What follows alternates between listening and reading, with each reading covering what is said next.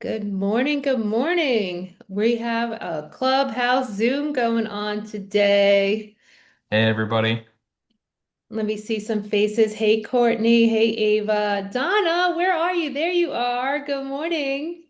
I'm so excited that you guys are joining. And I was just telling Anthony, I'm like excited and a little nervous because we kind of threw this together. And I just hope you all get from it what you want. But I'm actually going to ask that when we first get started and everyone piles in. We actually had over 40 register, and quite honestly, I was expecting like 10. We didn't promote it, we didn't do whatever. But it also shows how many of us are procrastinators that we're waiting till the very last day or last week of the year to get it done. But I'll say this, having done this generally in October, most years when I go to a facilitator like Rick Jiha, whose information we are stealing, and he would be honored that we are doing that.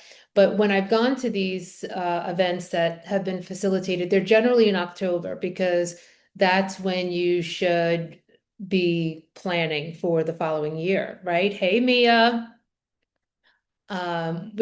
You're like upside down. What is that sold all? Oh yeah, I need your house. I've sold all of mine. I love that shirt. So anyhow, while that's great, I do feel like October is a very busy time of year that I think going forward, and you all tell me, wouldn't you say that this Monday before New Year's Eve, like, unless you're away, obviously, is actually a good time to do this because it's like a pajama day? I don't know about you, but is everyone else like, I mean, I do have photography this afternoon for a new listing.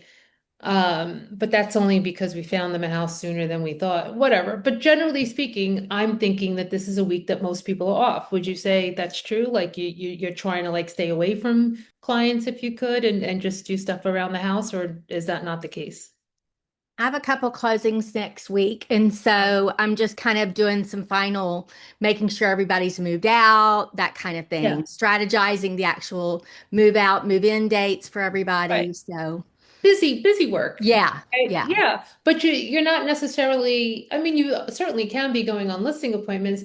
Maybe it's just me, because again, I'm always talking about is it mindset or market? And my mindset is this week that I'm kind of like, just gonna chill. If nobody bothers me, I'll go hide under the radar. So it might be a good week to do this kind of stuff, is what I'm getting at.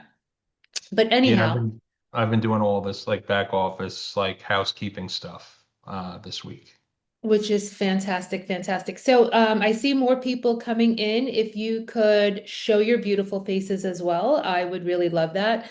I know that's a lot to ask because I hate when I go on a Zoom and I'm like, leave me alone. I just want to listen. I want it to be like Clubhouse and I don't want to participate. So I totally get that as well. And you're welcome to do whatever you want.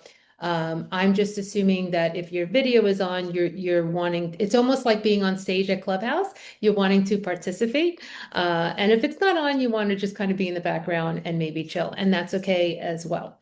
So we've got 17 already in. We have over 40 who have registered, but even though they may be on realtor time and want to come in late, I think we should absolutely get started. As we do that, what I want to ask the room is if you could put in the chat or just unmute and let us know where you are from, where you're selling real estate, where you're living, and what is the one thing you would like to take away from this Zoom today? One thing. If you can leave here with that one thing, it was successful for you. What is that thing? Long Island. We got Anthony from Long Long Island, Long Island. Island.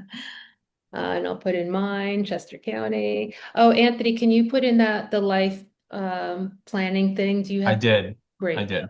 So we're going to talk about that I'll in, put it in again because now it's going to get buried in this chat. got it. Okay. Yep. And not just, Everyone's we got three other people coming in. great. that's on you to monitor that, Yeah, right? yeah, I got it. I got it. Good. I got you covered. I got you covered. Thank you, thank you.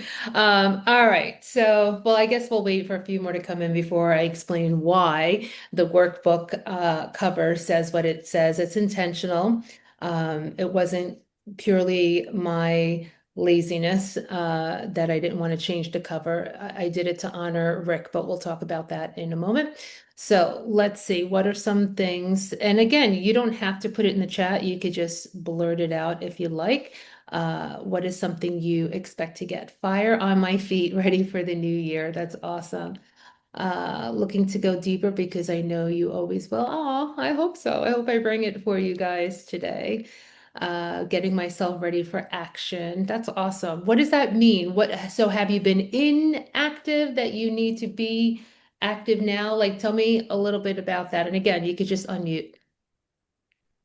My thing is I've kind of been in a fog, let's say, for a while, and I'm finally feeling like although I've been busy with business, I haven't felt like into it to do some of the normal things that I used to do, right? And so like even social media and some of the reach outs that I used to do. I mean, every Thanksgiving, every Christmas I would do just a video text or something like that.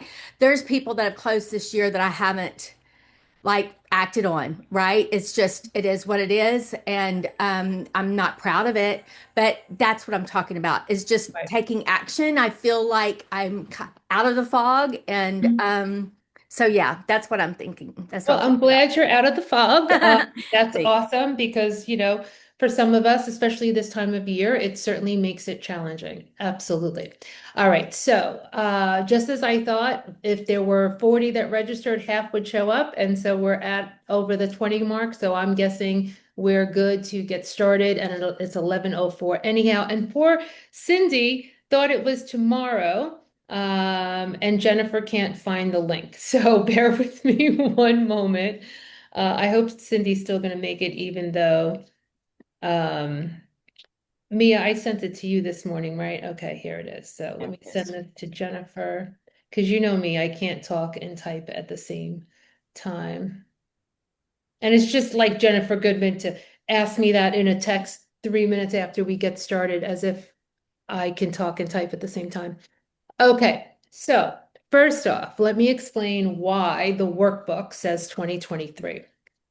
Who here actually knows Rick Jiha or has had the pleasure of meeting him? Anyone in the room?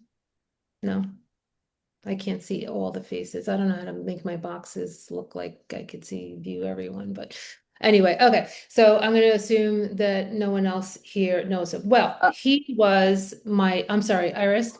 No, I has actually been on a couple of Zooms with him, so I know exactly who you're talking about. Yes. And I remember clearly the day that I saw something. Wait, hold on a second. What happened? I was like in shock Mhm. because I had been on you had him once or twice, more than once, I want to say. He even went into Clubhouse and spoke. So I know He exactly what you're talking downloaded the about. Clubhouse app just Yep. for me. So I was very honored. And you would understand my excitement if you knew Rick. For the rest of you, Iris had the pleasure. He was definitely one of my all-time favorite coaches and humans on the planet. So, and he passed away. So he passed away 2 years ago. And when I dusted off my workbook and I saw his face and his workbook, I don't know, I felt some kind of way about changing the cover and pretending like it was mine, right? Like I just wanted to share it with you all. And really what this Zoom is about is for me to share experience and knowledge and tools that someone was willing to share with me some time ago. And I just want to share it with you. So I don't want to be seen as like the guru or the coach on this. I'm not, right? And I just thought it would be wrong for me to alter it in any way. It was the last workbook. And I did it, I flew to California for his business planning in October of 2022. That was the 2023 book that we were given in October of 2022. And he was just, I don't know, very incredibly influential and someone who truly lived by his word and someone that I attempt to emulate more and more as I possibly can. And I think of him often. So I wanted to share that with you. And in the book, you could also see that there's a bio about him, which you can read on your own. I certainly don't need to do that. Another thing that I wanted to discuss is we are going to go page by page in the workbook. And you can see that it's in the chat. And I guess I should also be, you know what, since I'm going to pull it up as well, and you guys can pull up your own, know that it's also fillable, right? You can just highlight it and fill your own book in right from there, or you could print it out and fill it in however you want. But I would go ahead and save it first and then fill it in. Don't just go right. Yeah, hit make a copy. Yeah, make a copy and then start filling in. Do not fill in right from this one. So Anthony, I can share my screen, correct? Yeah, just hit share and then I'll give you permission Yeah, but I can't see where to do that. Oh, no, that's on the not bottom of your Zoom. right. But maybe Uh, you should just share your try screen. it now. All right, 1 second. The thing is, I'm a spaz. That's okay. Here we go. I'm back to my main screen. All right, share, desktop, share. Aha, here we go. Okay, we're good. We're in. Everyone can see my messy desktop. Let me close some of these things.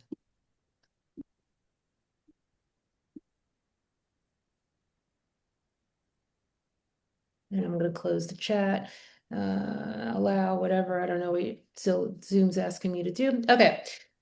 So again, a little bit of information about Rick. As we go through this, I'm going to ask for your participation. There are going to be questions in this workbook, and I'm going to And then ask, maximize your screen. Sorry to interrupt.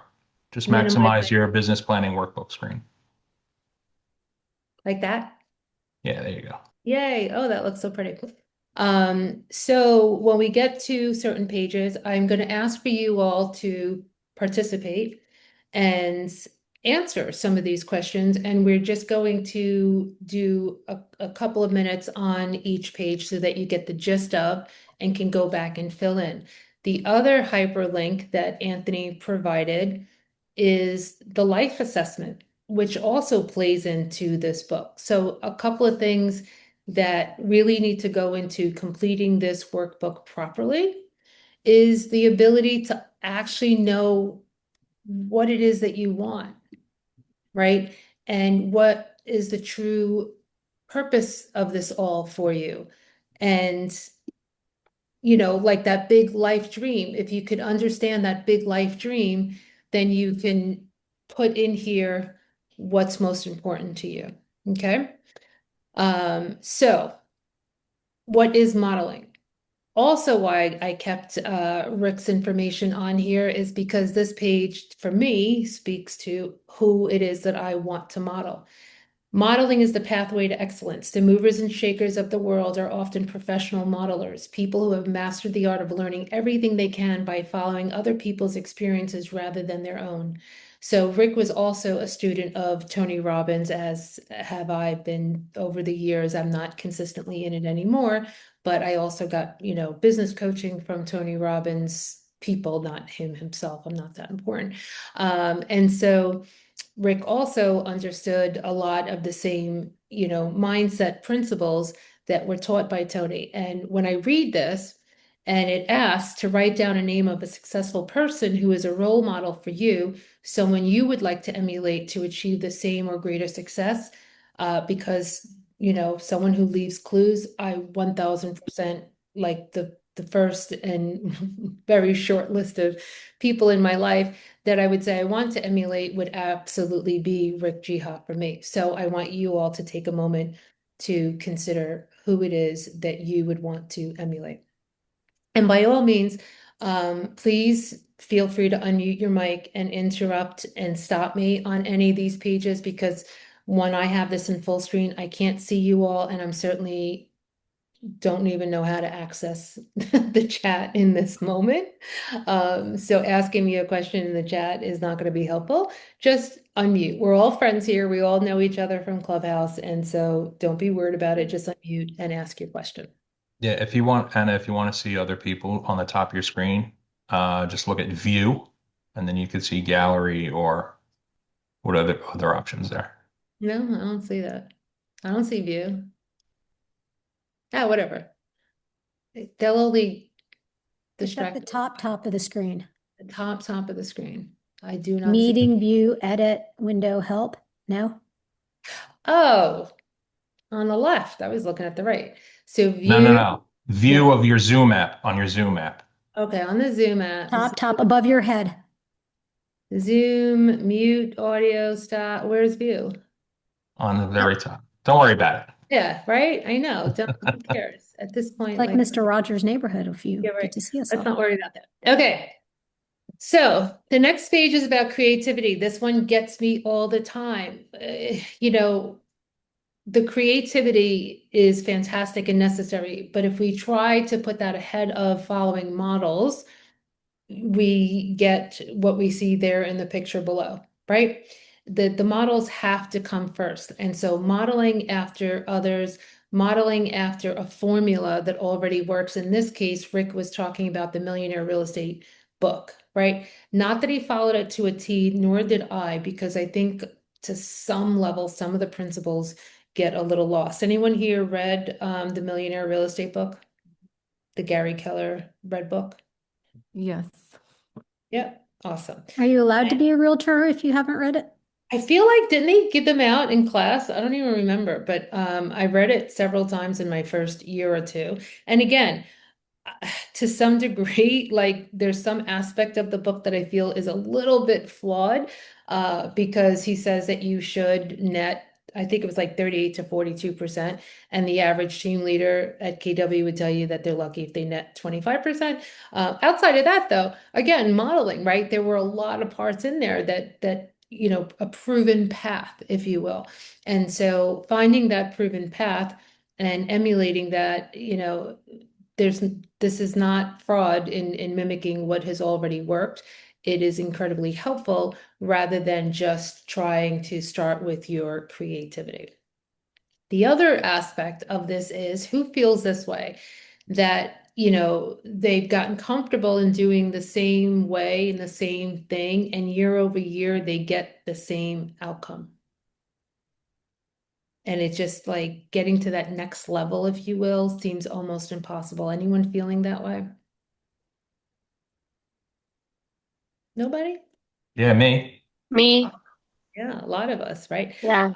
For the last 3 years, I've been floating. And, you know, it's kind of comfortable. And I actually had I told my husband that we were doing this business planning today. He's like, you know what he said? He goes, "Why you haven't done that in a while?" But And Anna, hey Anna, my friend. what's up, honey? I didn't even know you were here. What's up, Mark? Oh, I'm so quiet. Okay. Thank you, first of all, for doing this. Thank you for giving us your precious time, carving out an hour of your time. I just wanted to comment on what you just said. I don't know about anyone else, but for you, my dear, if you've been quote unquote floating the last 3 years, it's your choice. We Oh, all sure. know that. It's a choice. It's like if you wanted to 10x your GCI, you could do it in a heartbeat. As can you and anyone else in this room. That's what I'm getting at. I've decided, I get that. I've decided to coast for the last 3 years, and the years that I didn't, I've broken through ceilings.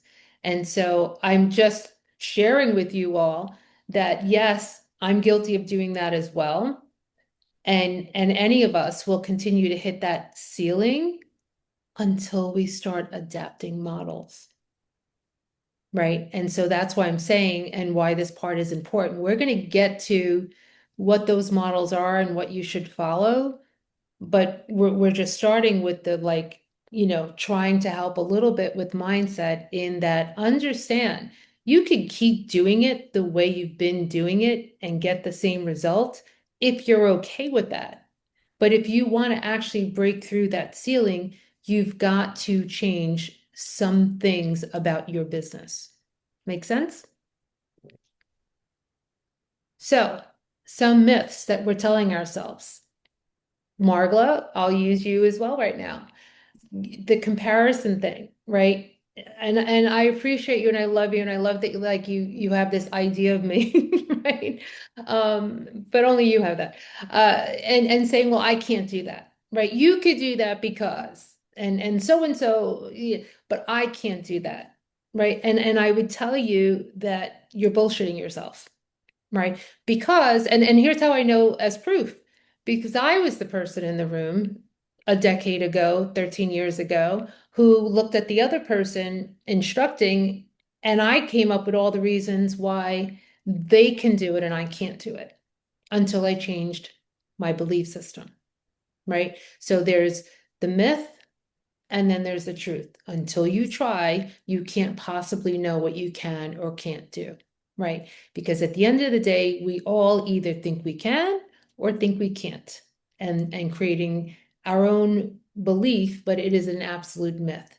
You have to put the models to work to actually have the outcome.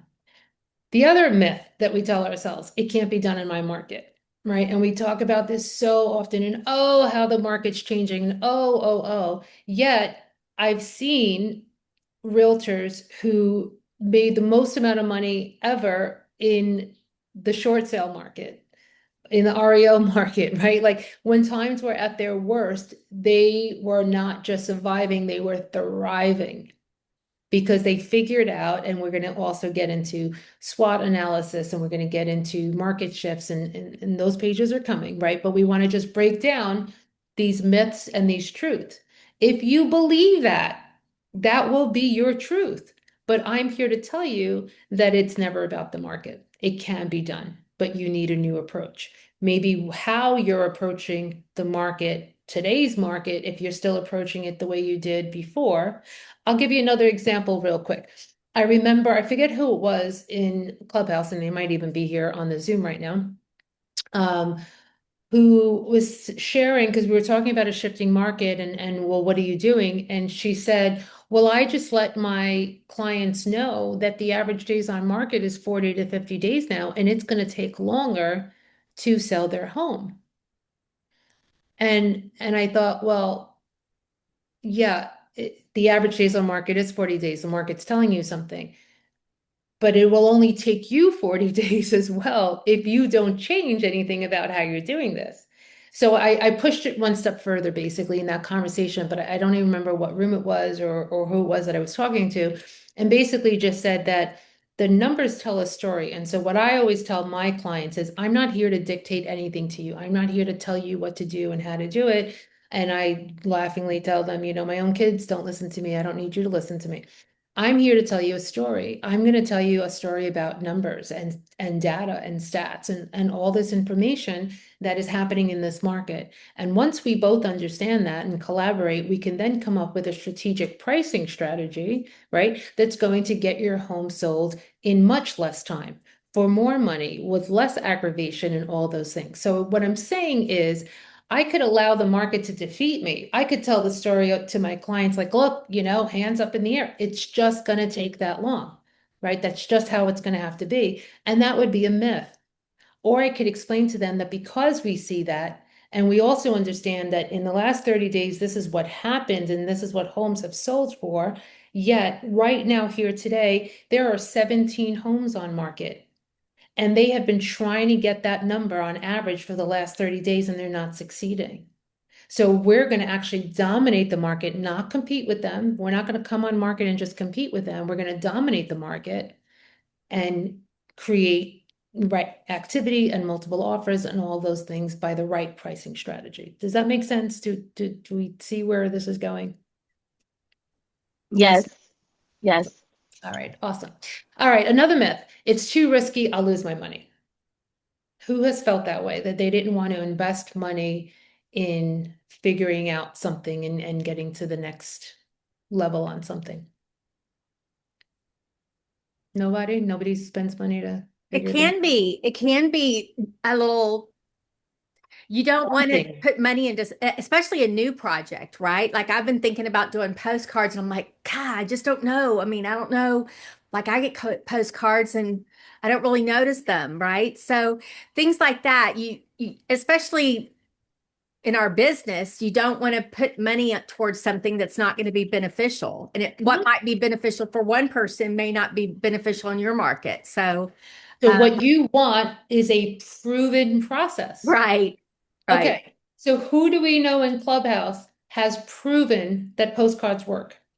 Not me, because I don't do them, but I can think of at least one person that I know that has shared on Clubhouse has a proven strategy on postcards. Works for me. Matt does them, and so does Dean Jackson does it too.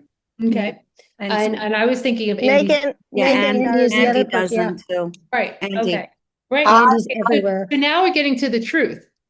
And I know that I do postcards religiously, and I can tell everyone a story. I don't know if I ever shared this on Clubhouse. There's nothing that doesn't work. Like there's not one thing that you can say it didn't work. There's nothing I spent money on that I regret. Do I know if I ever got a direct client from what my Popeyes? No, I don't know. But I can tell you every touch makes an effect. So there's nothing that anyone has spent money on, even conferences, going to Tom Ferry costs money. I am so happy every dime I spent for the entire kit and caboodle was worth it. There's nothing I spent money on my business that I said, oh, it was a waste. And a very quick story about my postcards. I got a $2.5 million townhouse. This was a few years ago. I calling the attorneys, found out brother and sister died within 6 months. Those were the inhabitants, and found out who the attorney was, made a million calls. Finally, someone calls me back. He says, we're going to use you. He happens to be the husband of a paralegal in the attorney's office. He manages the estate. He was in that property every week cleaning it up. And whose postcards did he see? Mine. Yeah. He said, your cards were there. They're beautiful, the most beautiful cards of everybody else. They stand out. More importantly, Margla, how long were you sending postcards out for? I mean, I'm doing it. I do it 4 times a year. I've been doing Okay. it. Yeah. Right. And So- then he says, you're the queen of Brooklyn. I'm not the queen of Brooklyn, but he thought I was, and he hired me on the spot. Right. But the point is that anything that you do consistently. So I can guarantee you, Donna, that if you send out postcards for a month, while it's possible, it's less likely, right, that you're going to get a return on that investment. But if you send out postcards twice a month, every month for a year, it is highly likely that you are going to get a return. And you have to look at the cost of that. Like if in over a year it cost you $5,000 and you got 2 transactions out of it that netted you $10,000 each, was that a good ROI? And looking at this business planning is actually also going to help you, because there's another page, I'm getting ahead of myself, but where you look at what you did the year before, right? What works, what are pillars that you want to continue with, right? And you wouldn't know that if you weren't tracking that information. So what I would encourage you to do, because success leaves clues, right? And modeling other people who've already done it, is don't wonder if it'll work and how will it work, but seek out the people who all know and love you on Clubhouse, right? Margla's had success with it. Anthony Labella, how long have you been doing it? I thought I heard you chime in as well. Oh, over a year and a half. Okay, so how often? Give us a bit of numbers. So I do it all around my listings. So those are one-offs when I have listings. I do postcards all around the listings for active, pending, and sold. And then I also do expireds, and I also do farming to certain parts of the neighborhoods I want to do business in. And real quick, are you using like Express, like the thing that's in KV Core, Bull Trail, whatever? No, I use Mailbox Power Okay, because I could set up automations where okay. it just goes. I could set up cards to go out automatically, set it and forget it, put their name and address in, and it just goes with what I already have set up. Could we agree without seeing it that it's probably not even as glamorous as the ones Margula sends out, but you send them out consistently? I mean, I don't know how glamorous Margola's are. I don't know how glamorous mine are, but they're, I mean, look, nobody's ever called me up and said, "Oh my God, I just got your postcard. Come list my house." But Okay. it's just being seen, it's just being Right. seen and known. So okay, now the return. So it's been over a year and you're doing it consistently. What has been the return on your investment thus far? Well, again, I can't quantify how many listings I've gotten directly because of the postcards, Mhm. but I know that they help and they're part of my overall marketing, which includes not just postcards, but also, my Facebook ads, Google ads, YouTube ads, and Instagram ads that I run. Right. So, but I can tell you that my income, is multiples of my expenses. Mhm. So. Yep. So here's the takeaway from it.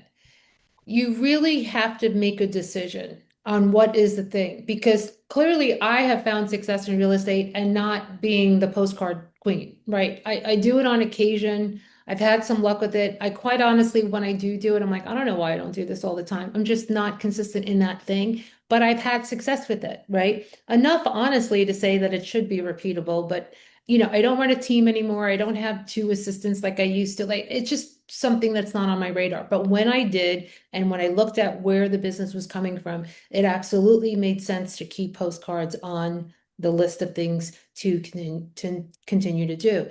The reality is, though, is that you have to choose those things, right? And so while you're business planning, and when we get to SWOT analysis, and when we figure out like where these pillars of business are going to come from, and we want to move on because it's 11:30 and I want to make sure we cover all these pages and leave time for Q&A, is that we decide, right? Because we're planning for it. It's not arbitrary. It's not like a fluke type of thing, what those things are, and we commit to doing them consistently, right? So risk is in direct proportion to how well you hold your incremental cost accountable to producing incremental results.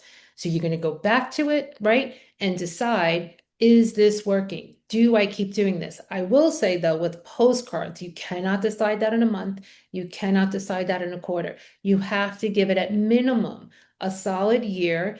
And most will tell you at least 18 months. That for some reason, 18 months seems to be the like aha, time frame of postcards. I don't know why, but when you go in and seek out those really successful people in postcards, that's what I've heard over the years. 18 months seems to be the magic number of how long you consistently have to do it. So really, Donna, the only question you have to answer right now for yourself is, am I willing to do this consistently for 18 months? And if you're not, pick another one thing, right? It just won't be that. If you don't do it for 18 months, I would say don't do it. Don't get involved in it if you're not going to stay for the long haul. Okay. All right. My clients will only work with me. Only I can deliver quality service. Is that a myth or the truth? Do we believe that? How many of us believe that? Come on, you martyrs. I know there's plenty of you martyrs. Sometimes, yes. Sometimes it's gotta be me, right? I'm so So great. I'm the only one that can give them the service. Only me, only I could do it. Yes. No one yes. else in Brooklyn can do what I. Yeah. The truth is, your clients aren't loyal to you. They are loyal to the standards you represent. And I can promise you this, because again, having had a team, having had a director of operations, having had, an assistant to the director of operations, having had buyer agents and other agents, part-time agents and ISAs and all the fun things in between, I'll use my CPA, right? Not everyone gets to talk to him on a monthly or quarterly basis. And if you're fortunate enough and willing to spend enough, you will have those one-on-one calls with Mike, right? But the rest of the year, Gabe, his associate, is the one who's reaching out to me that I haven't done my homework or I haven't, whatever. And we had an incident recently that my husband sent something to both Mike and Gabe, Mike being, the CPA owner operator, and Gabe being one of his associates. And I say associate, not an assistant, not a secretary, not a gal girl Friday answering the phones and really going to just go relay it to Mike and get back to me. No, right? And so this issue was over supposedly I owed some money from like 4 years ago or something. I wound up not owing it, and I don't even know why I don't owe it when IRS says I do owe it. All I know is that Mike didn't know the answer. Mike actually answered incorrectly. Because really, Mike should not be bothered with this shit, right? And I told John to copy Gabe, and Gabe answered quickly. Mike answered like later that day, didn't realize Gabe already answered. Not only did Gabe answer, but he already filled out the form and sent to the IRS what was needed to correct the situation and move on with life, right? Mike can't be bothered. That's not his expertise. What I'm saying is, John didn't know better. I did. I knew what Mike needs to do and is important, and what Gabe is not only supposed to do but better at, right? Because that's just not Mike's wheelhouse to go figure out and fill out and do that thing. It's the same thing with our business. If you set it up properly, if you have trained properly, if you have team members on your team, associates, partners that you trust with doing this thing better than you can do it, you have to convey that to your clients. And if they buy into your process and if they believe in how this gets done, they too will rely on those other people that you put in front of them. And you have to look at any other industry, right? Any industry where they provide a service and there is a thing that that person, that lead position person does, but you would never expect them to do that other thing. And you'd be like, why are you bagging this stuff? Like, why are you packaging it? Right? Didn't you just design the dress? Are you actually the person who like packages it too and sends it out to me? Oh my gosh, I would never expect that, right? But in real estate, for some reason, as realtors, we think that our client needs to see us doing every single part of the job. I will tell you that I have a repeat client who we talked about. The first deal that I did for her was an investment property. Now I'm selling her primary home. And she said to me, she said, you are up against a lot of competition. And a couple of reasons why I chose you, I came as a personal referral from a good friend of hers. But more so, she said it was the team you had behind you that really impressed me. When you shared with me the people on your team, and I don't mean a team of agents, I mean a team of support, right? So when I shared with her upfront at my listing presentation on who does what, and then through the process of the deal on how back then it was Segal was that particular person who handled whatever, and then the stager who came in and did whatever, right? The people who were with me 5 years ago aren't the people now. But so the point is that 5 years ago, she chose me over someone else because I had a team and a process and a way of doing this business versus being just a sales agent, like how some of the other agents came in when they interviewed with her. It didn't feel right to her. She liked that support of the whole team. So I'm just going to put that out there that you might be lying to yourself when you think that you have to do everything. Okay. And then the last one, and I just want to move on before I stop for questions again. Having a goal and not fulfilling it is a negative thing. Is that true? Do you think that if you create a goal for yourself and you don't get to it, that that's a bad thing? Maybe. I, Well, it I can think you should be. work towards it. Oh, sorry, Cindy. Yeah, go No, for it. No, I think you definitely should work towards it, but I think setting goals is great, especially when you have something to work towards. You're not always going to achieve your goals, but I mean, obviously you want to set goals. It's important, I think. Absolutely. Cindy? well, like everything in life, perspective. It's all a matter of your perspective. So goals are so important. So important.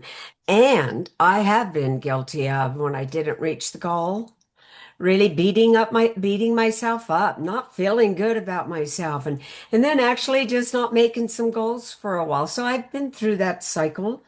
And I think it's just for me most important that I have a framework of what my perspective is going to be re on the outcome, because planning it, you get to also get to plan the outcome, right? Yes. I'd mentioned a little while earlier today, just as important as making the money is how to keep it.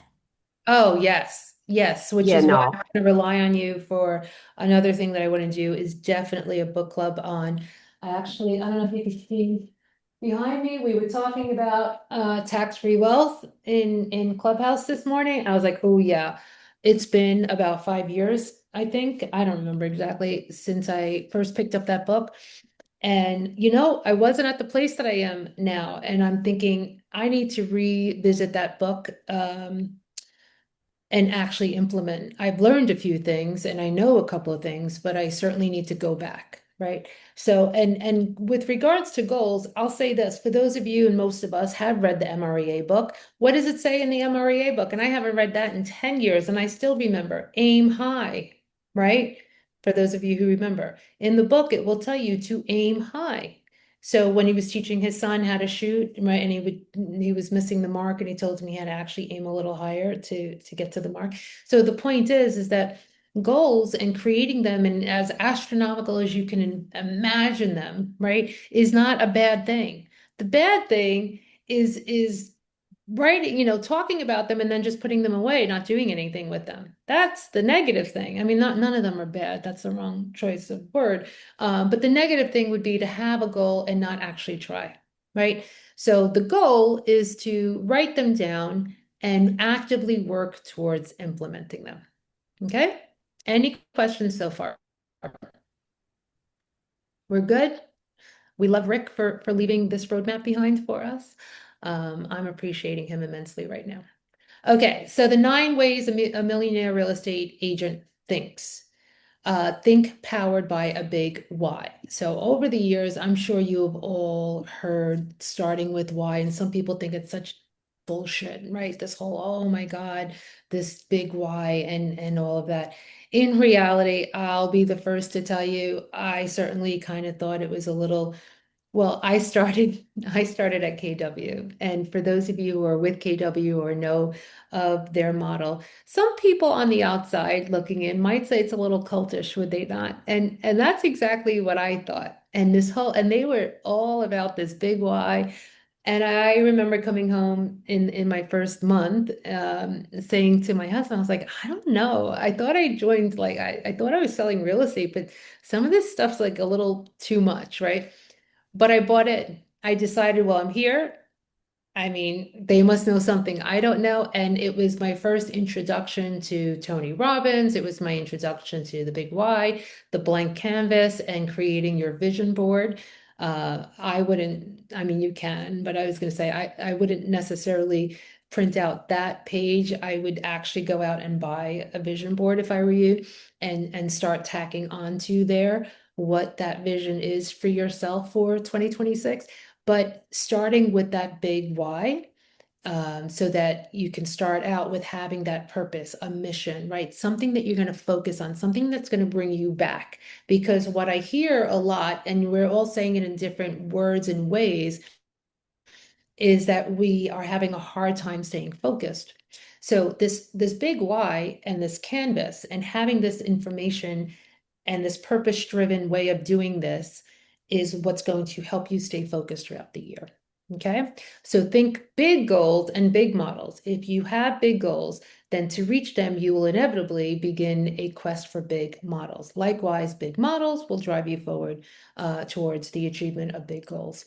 And think possibilities. Possibilities thinking is supported by a big why with big goals and big models. Big results happen. So think action. Possibility thinking must be followed action for those possibilities to have the chance of being fully realized. And think without fear. If you never quit trying, you never really failed. So how many of us are feeling the fear driven, right? I'm fearful that it'll be too expensive. I'm fearful that if I try this and I don't succeed, I'm fearful that if I try this, who's out there that has this one? I'm fearful that if I try this, I will succeed. Anyone have that fear of success? Just curious if I'm the only weirdo. Okay, I'm alone in that one. No, yeah, I've had it also. Yeah. No, me too. The Yeah. struggle. Yeah, Yeah. right. I mean, I don't know for anyone who's achieved success in their lifetime, specifically in this case, financial success. success comes with responsibility. And so when you've experienced that and when you've achieved certain things and you actually had life-changing things happen, uh, it's not all fun and great and like, yay, right? There's an actual responsibility that comes along with that. And it's not just financial success. It's even like, if you lost 50 pounds, right? You were successful in doing that. Well, now there's a responsibility to do what? To maintain it, right? And to actively work towards not being that old version of yourself anymore, or whatever it may be. So lots of fears, right? The progress is about quantity, repetition, and growth year over year. Success is in the numbers. So tracking those numbers, looking back, looking forward, seeing how you've done year over year, month over month, and knowing that you're actually creating that progress, you wouldn't know if you weren't actually tracking. And you should approach your real estate sales career like you do a game of Monopoly or Risk, play to win. So get off the bleachers, get in there and actually play to win. When it comes time to grow your business through people, you'll have to clearly articulate and enforce your standards from the beginning. Anyone here actually looking in 2026 that this is the year that you intend to build a team if you haven't already? Do we have any of those in the room? I'm looking to build support. So if that include, versus bring on other realtors. Mhm. So yes, I'm looking That's actually I'm looking at I'm looking at leverage for sure. It's actually the first step of building a team is a support staff. Actually, when you do it the other way, you're just building a bunch of people you like to hang out with. If you built a team on a bunch of realtors, and nobody was actually, the lead role and there wasn't support created in place to support the actual growth of the team, then it's really just a bunch of buddies hanging out together and it's not an actual team.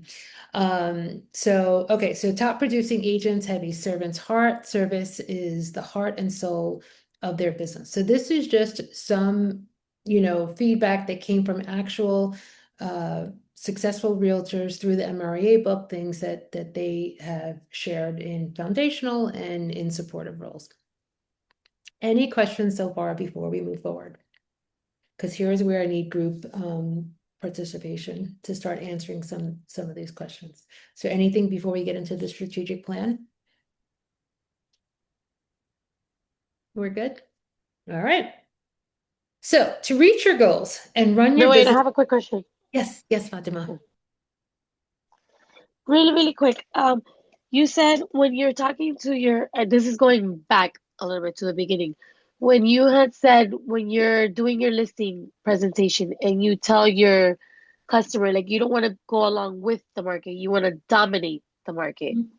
You were saying that. What is it the other part that you said like before that you say there?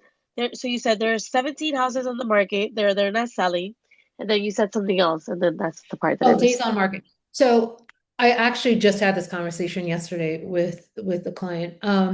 And so basically they wanted to price over here, right? We're kind of putting the cart a little bit in front of the horse with this particular client because we were getting ready to get their home ready for market while we go house shopping. They're buying another house, right? Coincidentally, yesterday or whenever it was, I don't know, maybe 2 days ago, whatever. I don't even know what date it is anymore. A house came on market and they loved it and they want it. And we were already scheduled for photography today and pre-home inspection on Tuesday, but lo and behold, we already found the house, right? So now we have to really, get going. The first time I met with them was 6 months ago. And they wanted some time to get their house ready and everything and whatever. And when I met with them then, I vaguely remembered Mrs. Seller, also my buyer, wanting to list their home for 500,000.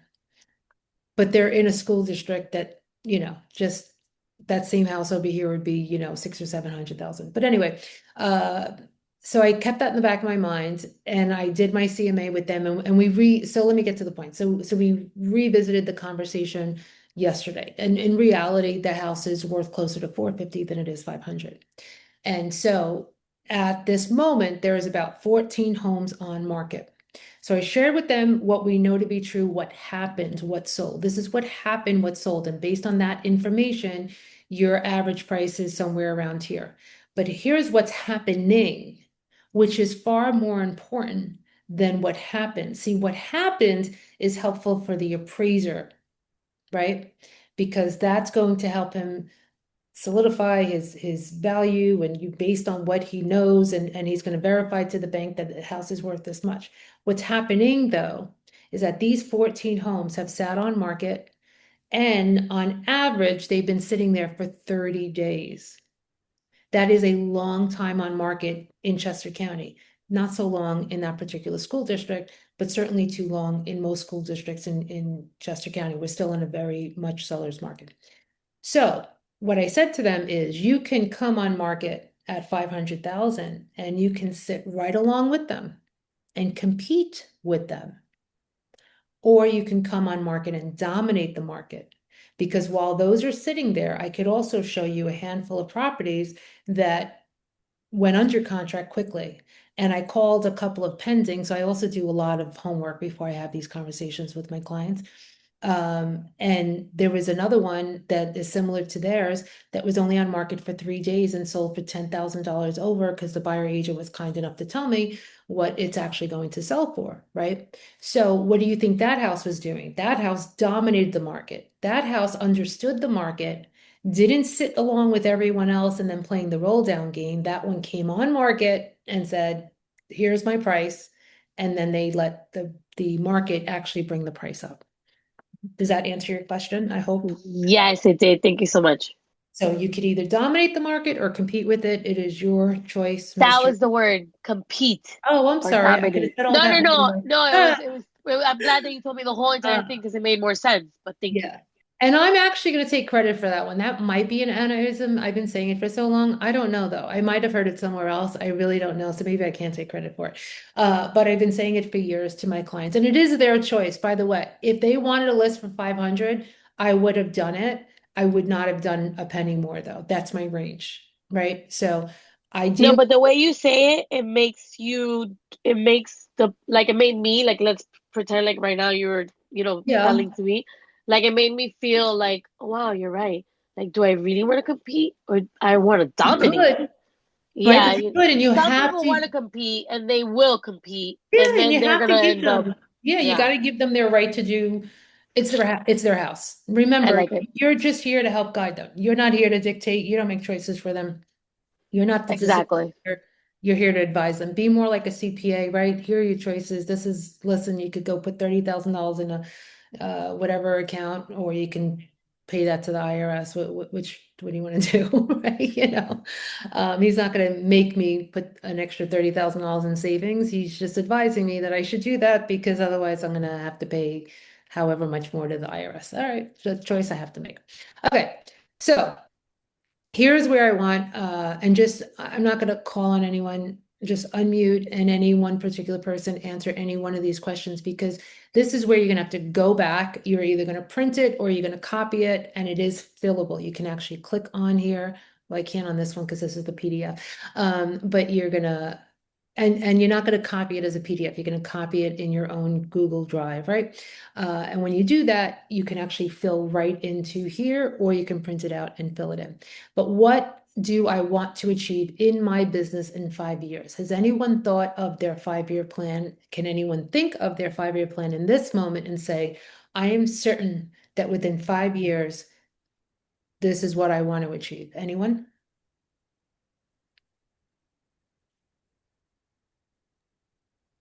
I That's a have problem. one. I have Great. one. Okay, but just hold that. I want you to answer, Anthony. I want everyone else to realize that is a little problematic.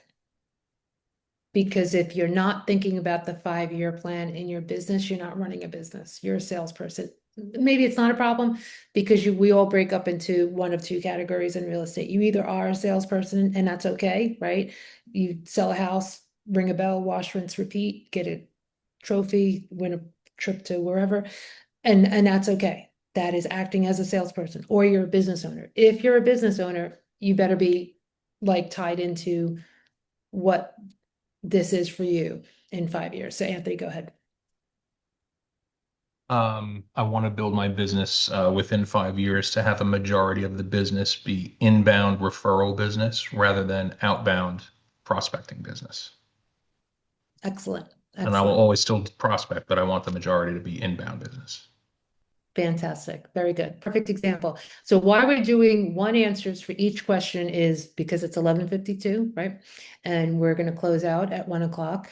But I want to give examples because this is a definite where you need to go back. But if someone's giving an example of each thing on each page and we've completed the whole workbook, I feel like you can confidently take the time with, maybe a cup of coffee, a glass of wine, whatever floats your boat, and really take this in, okay? And maybe even do it with your partner, right? Whether it's your love partner, your business partner, whoever, but, invite in the people that matter to you because it's not solely business. And question number 2 will tell you that. So who wants to take this one? What do I want to achieve in my life in 5 years? Hey, it's Courtney. I want to be able to, in my life, have honestly, investment properties that are vacation homes. So me and my husband have a place to go with our own rules. So we can bring our dogs and all that other stuff. We don't have to pay someone else and just be able to actually have those vacations, building those memories and start working out of the business by the end of the 5 years. So that way I can start planning the retirement side of certain things. That's fantastic. And that's also why the vision board, and as I was saying, inviting your partners and in your case, your husband, invite him into this plan, right? Because when you are working endless hours and you're on the phone and and whatever, remember, babe, 5-year plan, right? And so you're striving together versus like leaving him in the rearview mirror kind of thing. And I'm internalizing because there was certain years in my career that I was at fault for doing that until I realized my behavior.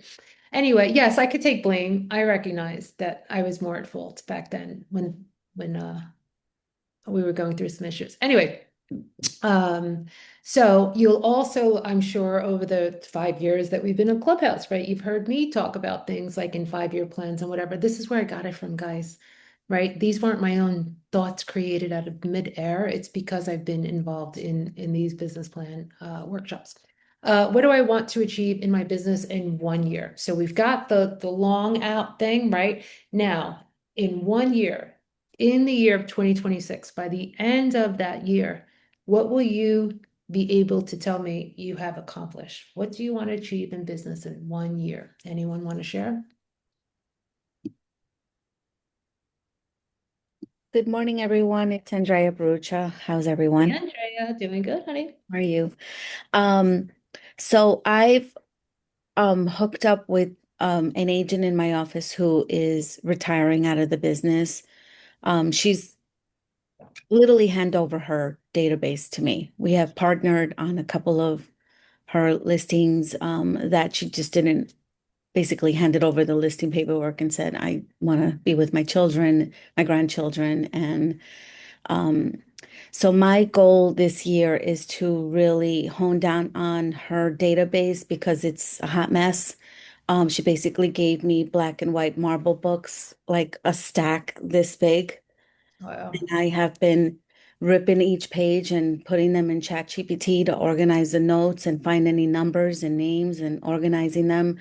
We're going to be launching a campaign because over the weekend she said, hey, a seller called me. She told me that I sold her home and sold her another home. I don't remember her. Give her a call. And I'm like, and I just like, doesn't work that way. I mean, I did. And the woman was like, who are you? And I said, you have to pass the baton. You have to introduce me to these people. So we have to do a campaign. So my goal this year, and to be honest with you, there's another agent that isn't even with my agency that wants to move to Florida. And we had a deal together and he loved the way that I worked and he wants to do the same. That's So awesome. Okay, it so is talk about a awesome. niche. Yeah. So That is I- awesome.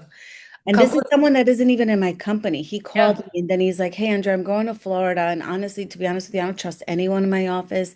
Can we do this deal together?" I said, 150%. I already have a proposal that I showed another woman, the agent in my office, who for this first, it's been about a year and a half. She's been getting 50-50, and that's okay with me because I would have never had that business. Right. And she does zero, and I don't care. But anyway, with that said, I've built relationships with these people and I've gone out and done other things with them. So anyway, my plan this year is to really figure out how to, get this database in a place where I could start nurturing them, drip campaign them. But we are going to launch, like a little campaign, just her introducing me to them and take, Couple of things. yes. So create a working manual that you can edit and keep going back to, whether you use Trello or whatever kind of board, right? Okay. Where you can start creating pages to an actual way of delivering this transition, because this can be a niche that will set you up beyond, okay? I know. So that when you get this nailed down correctly and you do this well with this one agent, you could start advertising to other senior agents, which is so easy to identify, who's been in business forever, and asking them if they have a strategic retirement plan.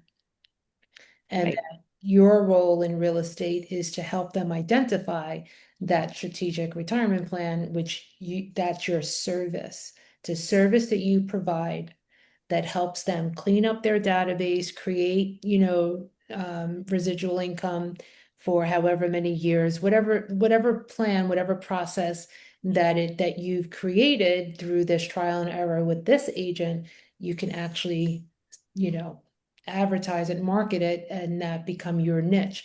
And I don't think 50-50 is a bad idea, because how many team members are on teams making 50-50, relying on the team leader for Right. business? You're relying on other agents, same thing. Right. Yeah, That initial cost of 50% for a lifetime of business. of course. Pretty She smart. she was stunned, but I was just like, no, I won't take.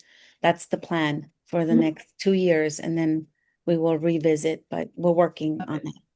Love it. Okay, great. So what do I want to achieve in my life in 1 year? Who wants to take that one?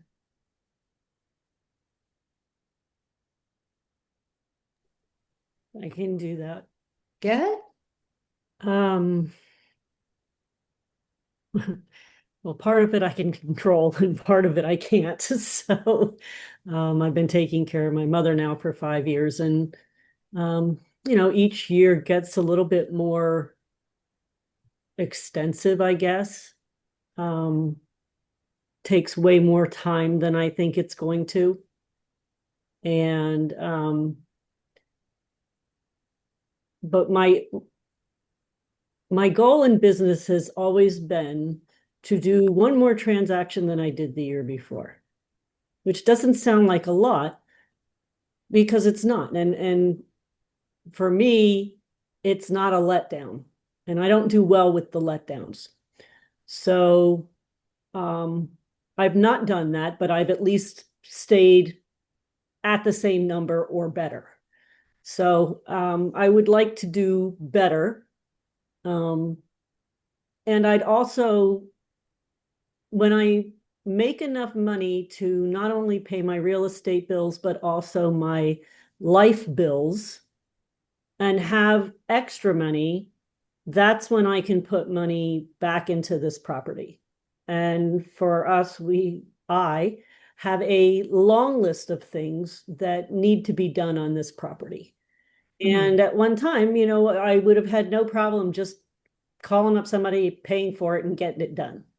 And I haven't been able to do that now for 5 years. Yeah. So I would like to have more time for business, have business, and have the extra money to get things done. Right. That I want done in my time, not somebody else's. So see how powerful it is to even acknowledge what it is that's stressing us out, or what it is that we actually want in life, and taking paper to pen and actually designing it. And I know you've all heard me say 1,000 times in Clubhouse. The other two categories that we all sit in is one or the other. You either live a life by design or by default, and it is 1000% your choice. And those of you who showed up today and are in the midst of creating this design for yourselves, right, is at the beginning process of taking action, right, and living that life by design versus the others who are just going to take what they get and come what may, living a life by default. And that's okay because they're both choices that we Anna, have. can I ask Terry a question? Actually, we are so far behind, Marg. So if let's hold that to the end if we still have No time. problem. Thank you, honey. And we're going to skip 5 and 6 because it's just the 6 months. You get the idea, right? We get the gist of what we're supposed to be doing on that page. Okay. So now, how will I know I am making progress? We decided what these things are that we want. How are we going to measure it? So anyone, well, it would have to be specific, obviously, to what you shared above, right?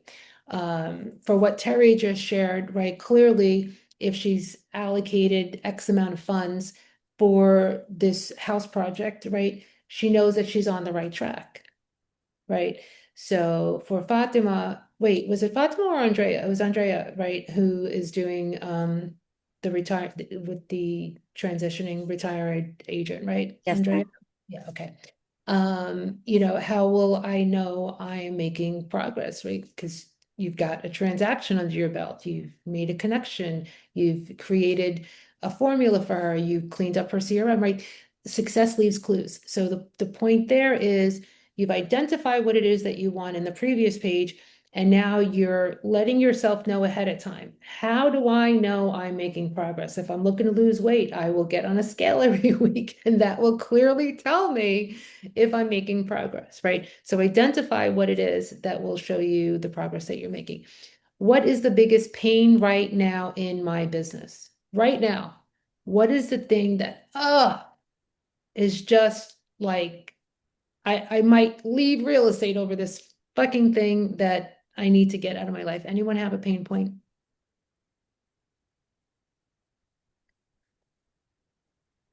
Nobody wants to share?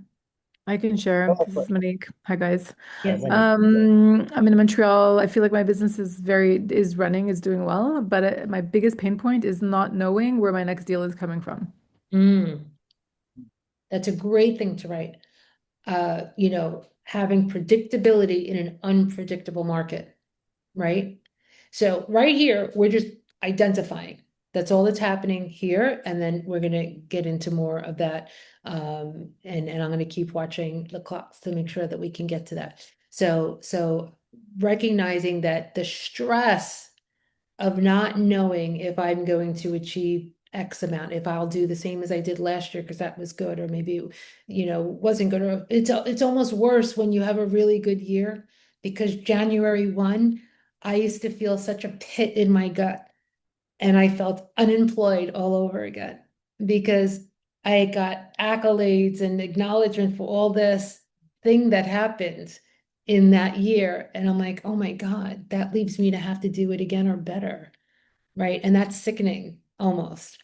And so recognizing that you can actually create predictability in this very unpredictable industry is a beautiful feeling, but definitely writing that down. And now we're going to focus on that and creating these things within the business that assure a certain amount of business, some certainty around the uncertainties of, right? So that's a really good one. And then what is going really well for my business, and we're going to skip personal objectives as well, because we did that, not obviously in the Zoom, but I also have that link in the chat, which can really help you identify in the family, faith, fun, friends, fitness, finances, and where are the categories that you really should spend some more time on. And if you have that unevenness, right? If you're rating really high in family and not so high in fitness. And so again, it's really just a point of helping you focus on the things that aren't going so great in life and business as part of your plan for the year. All right. Any questions so far? I'm definitely not skipping this page because it burns me in my own business, and I'll explain in a moment. But any questions before we get to it?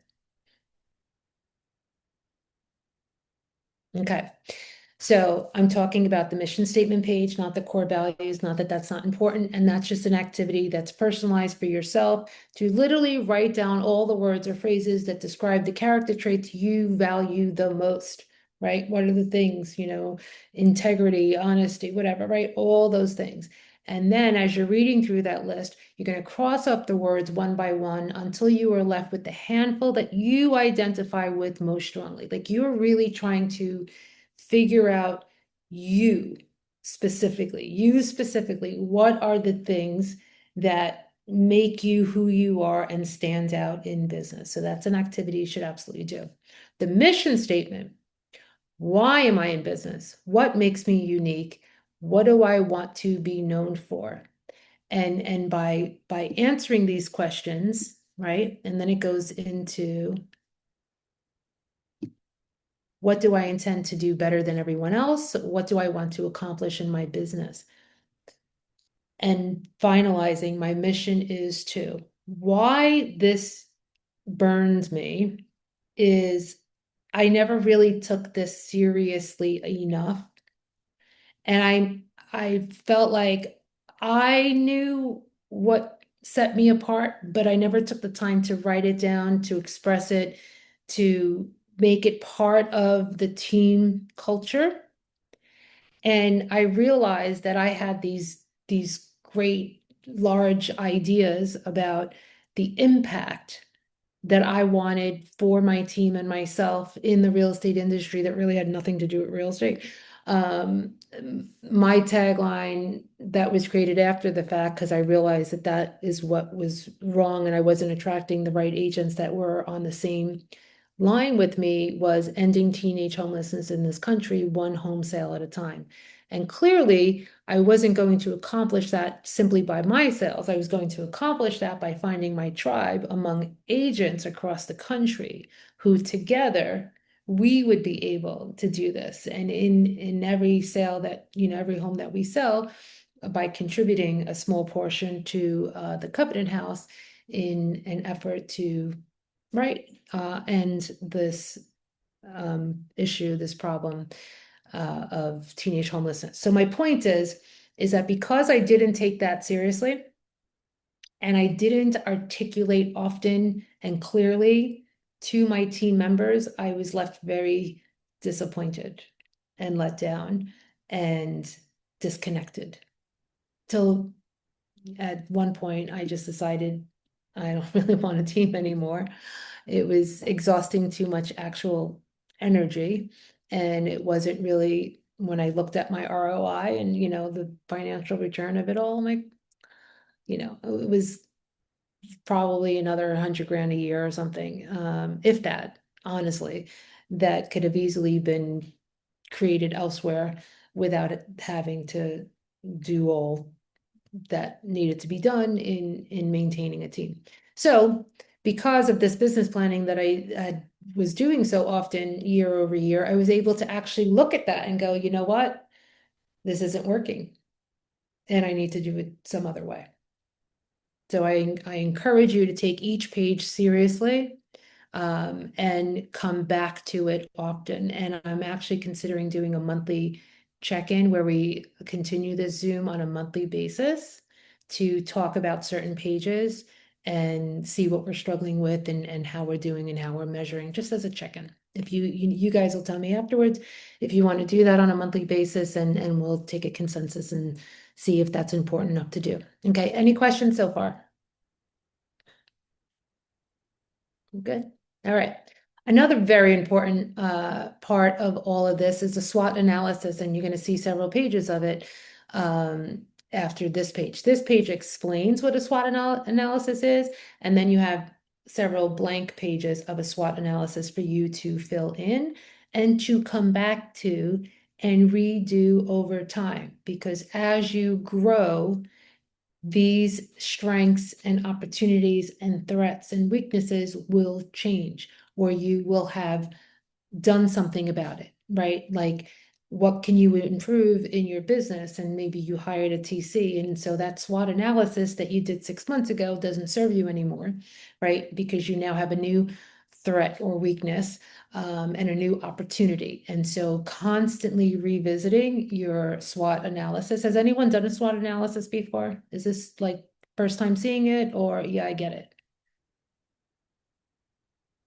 I think years ago when we did it in our last planning clinic, I think you, Oh, really? yeah, Okay, that's so how. I have introduced the SWOT analysis to you.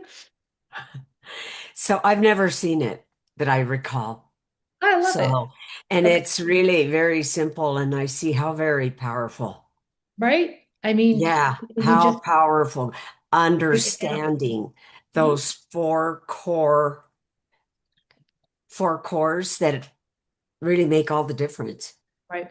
Thank you. You're very welcome. So you have examples, you have an understanding of like, what am I focusing on in the strengths category, right? What are your personal advantages and what advantages does your company have? Whatever that they are, you're going to use this page to help you answer the blank ones, right?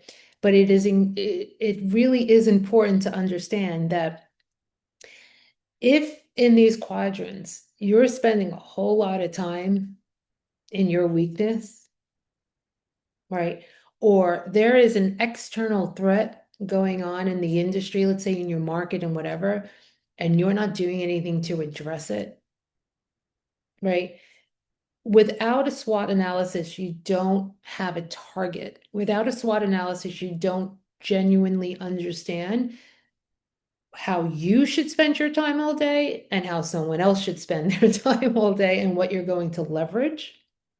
So you're either going to learn some things and create a strength out of it, or you're going to leverage some things and it's not on your plate and we're not going to talk about it anymore.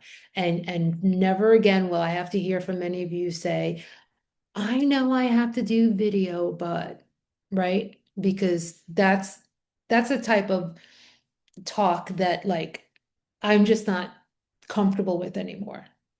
In that I don't do video and I'm okay with it, right? Like you guys will hear me say like we'll have all these, TikTok conversations or whatever.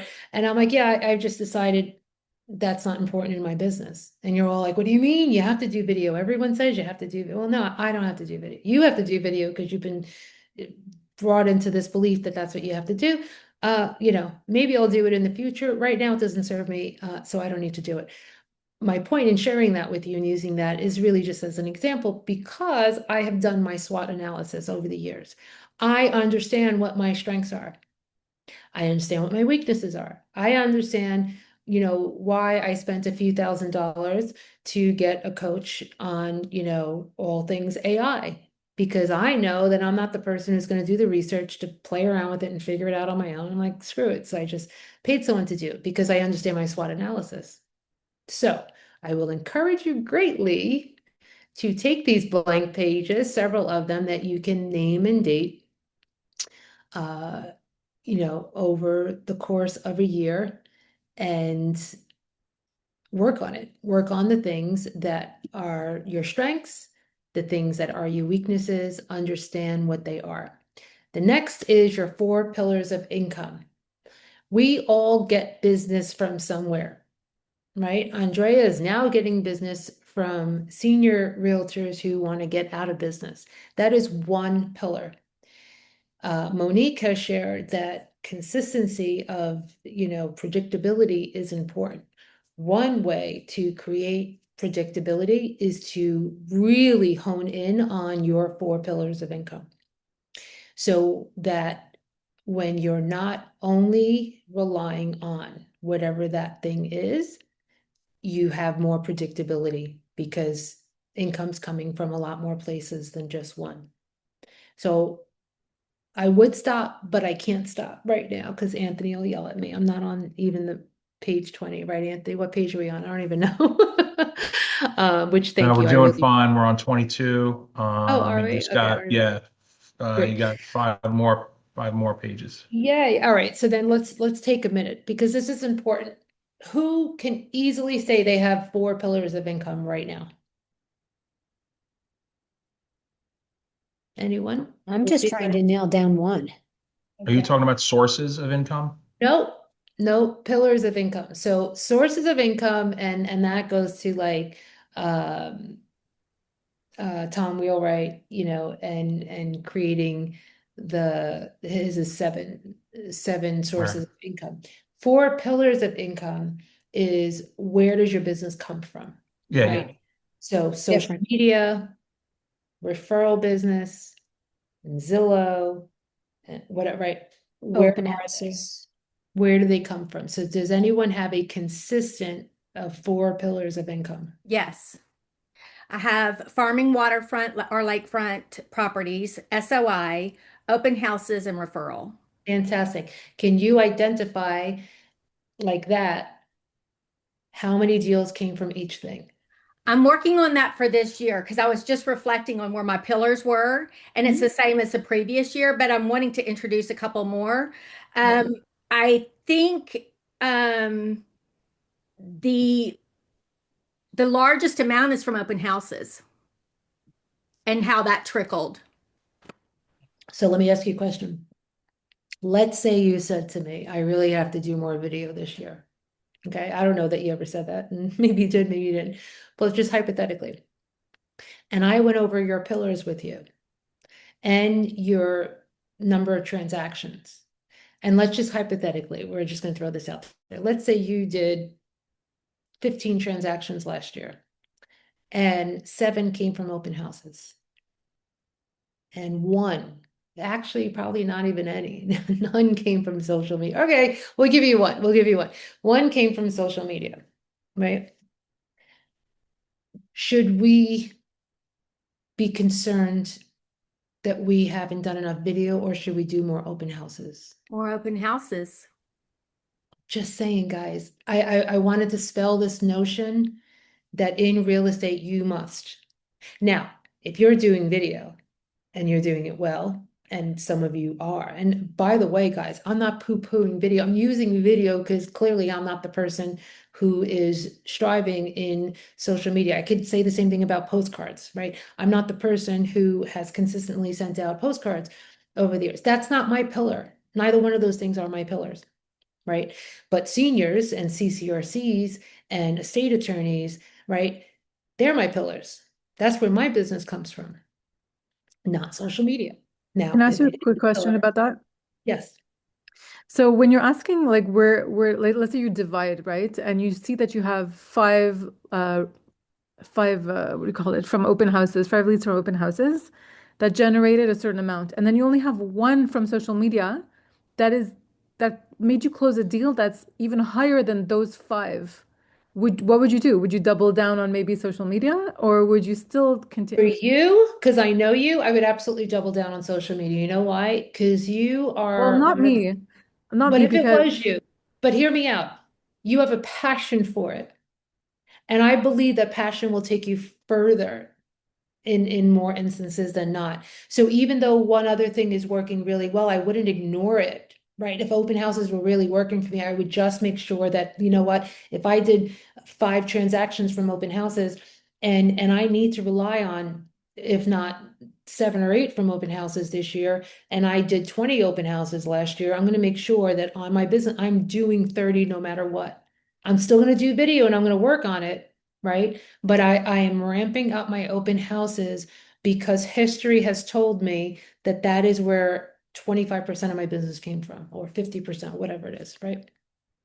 But so I you're wouldn't, looking I'm at not saying to just transactions. do one. I'm saying recognize the ones that you've been hitting your head against the wall over, beating yourself up for not doing, that didn't even create any business, and just shut the fuck up about it. It's not your wheelhouse. It's not your niche, right? I had a senior agent over 30 years cry to me that she lives in a community that is a certain culture that she's not, and they don't use her, they won't use her because she's not relatable and whatever, right? And millennials or whatever. I'm like, well, who's your avatar? Oh, and you live in an active adult community? Why are we talking about the millennials and the culture that you don't understand or even want to work with? Like, what are we doing? who cares, right? Like, so you don't serve that particular culture, you don't speak their language, you don't look like them, you don't talk like them, you don't.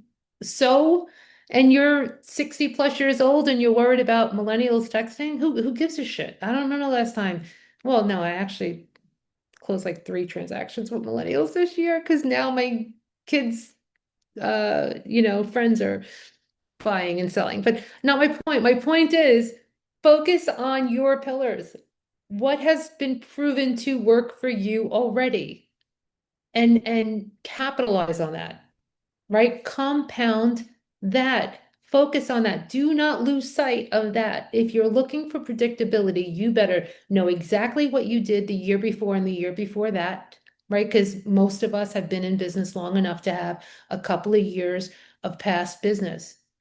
Know exactly who can tell me here today exactly how many transactions they did last year and where they came from. I'll wait. I can. I can too. And That's awesome. I don't recognize the voice. Who is that? Who was the second one before after Mwah. Anthony? It's me, Andrea. Andrea, I didn't Not used to my voice. yeah, I was like, you disguised your voice. So Anthony and then Andrea. Anthony, go ahead. How many? Let me bring up my sheet. 18. And where'd they come from? Have it here on this column. Hold on.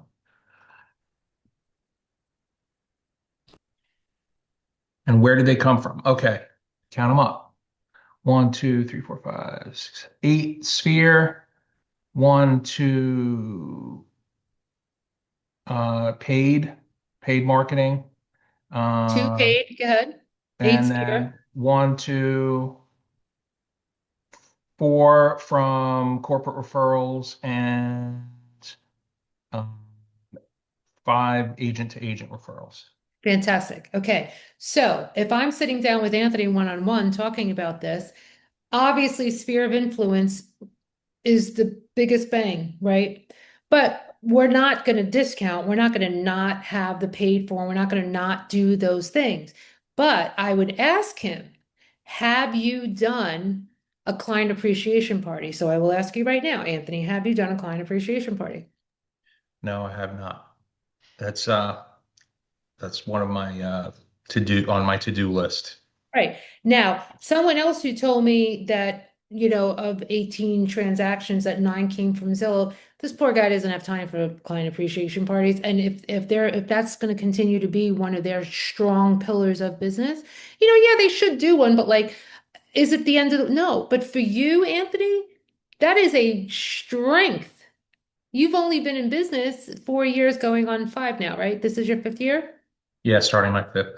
You're starting your 5th year, and already your sphere of influence is trumping the other pillars. And yet to do a client a coffee hour with past clients, right? And we could talk all day and we're not going to right now, but do you see where I'm going with this? Because you know where you've been, you can figure out a roadmap for where you should go. Now, we may have a pillar that just killed us. It was the strength, but with like, oh my God, if I have to do another one of those, like, let's say hypothetically, if I have to pay Zillow another whatever, if I have to do Relo at 45% referral fee, shoot me now. Like, yes, it's a strength, but I don't want it to be a pillar. Change a pillar, right? Focus on it, but know what it is, know where it came from. So, Andrea, go ahead. Sorry, I was muted. Yep. So 19, let me just double check if I included one that I just closed on. Mhm. Yes, so 19, and 7 of them came from sphere of influence. Another 7 came from open houses, and the rest was one from company referral and an agent to agent. Andrea, for 2026, you really need to be doing social media. I know. I'm kidding. Okay, right. Do we get what I'm trying to say now? I know. Okay. So do now if we really broke it down, but we don't have time to, and I'd be happy to talk with you offline, identifying how many open houses it took to do 7 transactions for the year. And then, I could show you how to be the open house queen and do 40 transactions in a year solely on open houses and not another freaking thing, right? But I love whatever, open that's houses. I've gotten a lot of right. clients and my business has definitely increased because of open houses. Right. But Okay. Why is this important? Now we understand because we have to look at what our strengths are. Not everybody else's and not what social media tells us is going to make us happy. We do realize that all that, nobody's happy on social media. Like, we all know that, right? So anyhow, all right. Now, this is the worksheet part. So a lot of business planning is this page, right? But it took us an hour and 27 minutes to get here because I genuinely believe that stuff can't be missed, right? But this is the part that a lot of brokerages, you might have heard this and you might have seen it. You should have. A brokerage should at least be sharing this part with you. But as you can see, it's not the end all be all. It's just a part to figure out where you were and where you want to go. And obviously that should be 2026 planning worksheet. But the practice worksheet is to figure out what it was. So what your net income is. The GCI should be divided by 5. So let's say you grossed $200,000, right? Your net income would be $100,000 because we're going to put 50% of it to the cost to perform, as I call it, the cost to close, right? That's all your expenses, whether you're driving buyers around and buyer gifts and this and that and social media promoting, whatever the hell it cost you to close that house. Listing, the list goes on and on listing costs, right? And then your operational expenses, and that would also include your broker fees and all that. Now, that seems hefty, but it's really just to say they generalize in here what your cost of close and your operational expenses are, but that's basically everything, right? Wait, And Anna, just yeah, to clarify. So the top net income, let's just use 100,000 for simple math. mhm. If you want your net, is this an aspirational thing? So if you want your net income to be 100, you would then Well, want your GCI to no, be 200? not if you want. The class practice worksheet on the left, 1, 2, 3, The 4, left. Yeah. right, is what happened. What is your GCI? Oh, okay. Divided by 5 to get your net income. And because 25% of it was cost to close and 25% was operation. Got it now? Okay. And then your 2023 becomes now, let's say hypothetically, your GCI last year was 200 and you now want your GCI to be 400 to net 200 because 50% of all that was some way, somehow expended. At least your CPA would not disagree with that. Right. And I think most of us would not disagree with that, no matter what brokerage you're with and whether you're at 100% this or that, whatever, there is a cost to do what we do. Right. And so by the time you've picked up your dry cleaning and paid for that Facebook ad and whatever the hell all that you've done, the consensus is that you net 50% of what you gross. Okay. So you figure out where you've been in your practice and you figure out where you're going in your planning. What did you do for 2025? What do you want to do for 2026? We're good on the top half? So Anna, Yes. real quickly, to many that might be a real wake up call, and it's a thank you for the reminder and how to quickly calculate that. Yeah. So that really that validates to figure out how to keep the money that you make. Yep. Because Absolutely. it can look whole lot worse than this if you don't have a clue. And Right. depending on that size of the check that you're going to be writing. Anyway, enough on that for me. Back And to if you.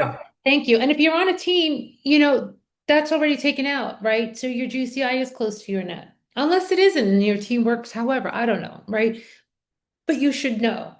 The other thing you should know if you're on a team, like you should look at if you're on a team and more than 50% of the transactions you did last year came from your own sphere, if your team leader hasn't told you this yet, I will tell you, you should reevaluate. And if you need help reevaluating, let me know. I can explain that.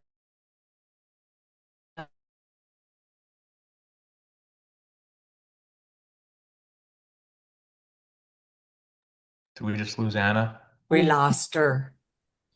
All right, let me text her.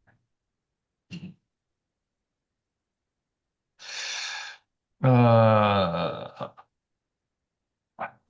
Guys, where do we get the book? the workbook we were just going through? Yes, I'll put it back in the chat, 1 second. thank you.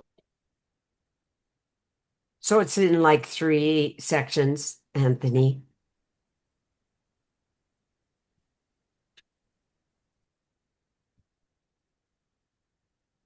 Here she is.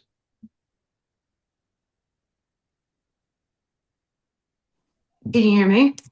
There we go. Okay, I'll be right back on my laptop. It was the weirdest thing, but my laptop literally just died. And You I didn't don't have it know. plugged in? It's plugged in, but it says I have no battery. It's something must be wrong with the charger, so I have to take it in. But anyway, I'm coming right back on in a second. All right.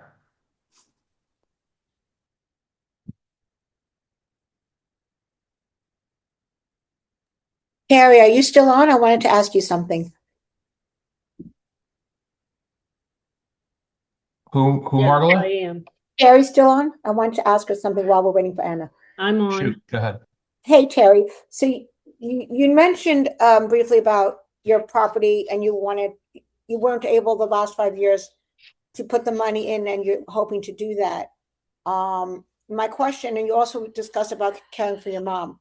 So my question was, is it because you're caring for your mom and that using that time and that's why you couldn't focus on your business? I think that's part of it. Part of it, I think, is just being mentally exhausted. My mother is mentally exhausting. And I spend a day with her, and the last thing I want to do is come home at 4:30 in the afternoon and sit down in front of my computer. I don't mind showing houses and doing the legwork, but to sit down in front of my computer and try and concentrate on my business, to even think about a postcard or think about a phone call or think about any of these things, I just don't have any brain space left. So that has probably been my biggest thing. The other thing is, for me, we are determining and finding out that stress seems to affect my body. And I too have had health issues and been in the hospital several times in the last 5 years due to the stress of taking care of my mother. So my body just doesn't seem to do very well with that. So I'm working on that also. But I feel at my best when I'm actually in front of clients and I'm staging their homes and I'm doing contracts with them and I'm doing open houses for them and showing them houses that they can purchase. That's when I'm at my best, and that's when I feel like I'm at my best. But the rest of it is just stuff that I'm trying to work through all the time. So Terry, I'm asking as a friend, and I'm sure I can speak for everyone on this stage. We love you. Is there any way that I mean, I don't mean to be personal, but I'm just giving suggestions how I'm thinking how I'm with my mom. Is there like How long did I leave that we're getting personal? oh, is there an assisted living? Okay, we can talk about it later. If Anna's back, we'll talk about it later. No, I'm sorry. I was like, oh my God, what is Margaret saying that she's getting personal? No, I I thought just it was wanted only to ask non- Carrie, but you told me to ask later, so you were out. So I use that. Oh, got it. Okay. You All right. probably So said something very wise, Anna, and we all missed it. no, I probably didn't. It's fine. And I apologize. And it's weird because even though my thing is plugged in, it still says my battery is dying. I don't know. I'm gonna have to bring it in. It's exactly 1 year old, this laptop, and I swear to God, I think there's a mechanism in there that just makes it all go kaput. Okay, so we understand the top half. Are we good with the top half before we get to the bottom half? Have I lost everyone yet? Are we good? Is it No, we're good. too much? We got 2 more pages. Yay. Okay. All right. So whether you're focused on listing or buyer or both or whatever, it doesn't matter. Again, the left side is this year, the right side is what you intend to do. I will tell you that having done this 1 year was why I was able to only do listings. I went from, I forget exactly how many buyers and sellers, and then I only did 40 listings 1 year and then 52, I think, the following year, only focusing on listings. Now I'm back to doing both. But anyway, it was all in the numbers. It was all right here, which was understanding what my gross is, my commission, my sold volume. I also then focused on my volume, right? I'm sorry, my sale price. I focused on my sale price and worked on getting higher, priced homes for a little bit. And then I just decided, I really only want to stay right at this particular number because it's easy breezy. And I'd rather take 2 $800,000 listings than one, $2 million listing around here for my area. Like they're just so simple to sell the $700,000-800,000 house. Okay. And then your conversion rate, your listing taken, your listing appointments, right? So do you know? So if you go back in your calendar right now, do you actually have somewhere jotted down, whether it's in your calendar or somewhere, how many appointments you've gone on for the year? Can we commit to that one thing in 2026 if we're not doing that, right? And that would be that every time you have a new appointment, if not, you should have all your appointments in there, but when you have a listing appointment or a buyer appointment, so that you can understand what your conversions are. You could also understand that if you're someone who took 10 listings last year and only 5 or 6 of them closed, that, I mean, quite honestly, nationally, the conversion, I'm shocked to know this, is somewhere hovering around the 70 something percent. I forget exactly what it is, but let's just call it 75 for argument here, right? So like basically, if 75% of the time your deals are closing, that means you bothered to list 25%, of that before, and like they didn't close. Like, why would you do that? I would strive for, 90 to 100%, but that's just me. So yes. When you say buyer appointments, do you mean every showing you go on? No. A buyer Just client, like to get one. you're getting a new client. Yes. Right. So we're looking at buyers as buyer appointments, buyer agency contracts. And I would also argue that you should treat buyer agency contracts as much as gold as a listing contract, and you should treat them the same. And you should not start showing homes, besides the fact that the law tells us you shouldn't do that, without a buyer agency contract, but more so like understanding that you have now been contracted to provide a service, whether it's a buyer or a seller, and act accordingly. Right. But not only should you enter into these contracts, how many times are you closing them? Right? You could have all the listings in the world and you could have all the buyer agency contracts in the world, but are they actually coming to a closing? So what is your conversion rate?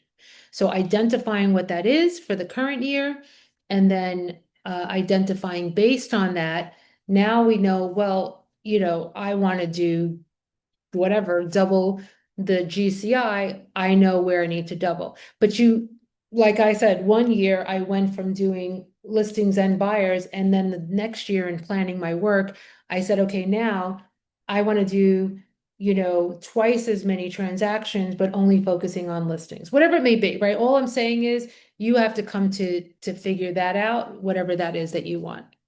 Okay, we're good so far? All right. I hope I don't lose you again. I'm a little concerned about that because my charger's acting really weird. Okay. So this part is really your own worksheet for marketing planning. So for those of you who are going to do the postcards and whatever else that it is, choose from this list. If you don't even know what it is, where you're going to start and what you're going to do, what are the things that you're going to do to create that outcome for yourself? Are you going to do monthly emails or quarterly or calls? Like, what are you going to commit to in 2026 that will create the end result that you're looking for? Okay. And then you're going to have a mind game with yourself by doing your goal achievement. What is the first goal? Why is that the goal? What's the excuses for failure and how can you resolve that? Right? So, for example, a goal is to make $500,000. Why is that important to me? Because by doing that, we will be able to go on the vacations I want, and I'll be able to tell future prospects that are acting like a-holes that I don't want to work with them because I can do that now, right? That's my why, right? Now, what is my excuse for failure? Well, I've never made that before. And so, who am I to do that? How can I resolve that? Change my mindset, right? Work on my mindset, read books about it, do my incantations, do my affirmations, whatever that it may be to resolve that issue. So that's what that page is about. Anthony, am I done? Yes, because it just keeps No, going. no, just all the way, go all the way to the bottom, last page. I'm so proud of myself. It's 12:42. There you go. Yes. This one's crucial as well. Your budget worksheet. I did this one with an agent one time. I was floored that his expense on marketing, Zillow and whatever was like $75,000 for the year. And he only made like 200.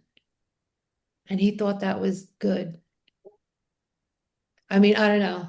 Do I have to explain why that's not good? Do we think that investing $75,000 in whatever to gross 200, is that successful? Because now remember, gross, we still haven't taken out our other expenses aside from the cost to get those transactions. Let's This is from me. This is what? Iris? I think she. Oh, sorry. I have my mic. No, my mic should be off. No, Sorry. no problem. Okay, let's just agree for time's sake that that's not a good plan to spend that much. You certainly have expense to it, but what are they? Right? And use this page to jot down what actually that they are and refer back to it on a monthly basis, right? Recognize that it costs however much. Plan for it, right? If you haven't bought signs in a couple of years and your signs are starting to look shitty, guess what? You're going to have an expense for that. But if you budget for it, if you know yearly you spend $2,000 on signs or whatever it is, you know that. Ava, you have a question, honey? I do, Anna. It's the page before this. It says sprint, and then it has the goals, the action item, the due date, and assign to. Can you explain that when you get a chance? Absolutely. Sorry, I thought that was followed into the goal okay. So it's next to the goal achievement, then it's the action item. So now you've resolved it. You resolved why you can't do it. Right? And then here is the action item that you're going to take for that goal and when are you going to accomplish it by. You're basically getting out of your own way. It's how this workbook is designed, right? You're acknowledging what are the things that keep you from doing the things, and then you're taking action to, that's the story I used to tell myself, now it's not an issue, and I'm going to take action by this certain date. Okay? But thank you for bringing that up, because I definitely don't want you guys not utilizing every aspect of the workbook, and I can guarantee you that by doing it's just incredibly powerful what can show up. Is Martin here? Martin, you've been so quiet. I always love using Martin as an example, and we have a couple minutes. And Martin, can you talk real quick? Thank you. Yes, I can. So Martin, you did business planning with me 3 years ago or 3? I think it was 3 years ago, right? Yeah, 3 years ago. Yeah. We even did the letter, which it's gotten too overwhelming and there's too many people involved and we didn't do the letter. But what would you say? I just want you to like give us a where were you before the business planning, and what did and not necessarily even in the first year, but like doing it and creating some repetitive changes in your life. What changed for you? I have to share with you that after our business planning session, I fell off the wagon. I felt discouraged because I didn't meet my goal. So I just kind of wandered around. But I've been I've been promoting myself out there more, and that A changed for the lot last more.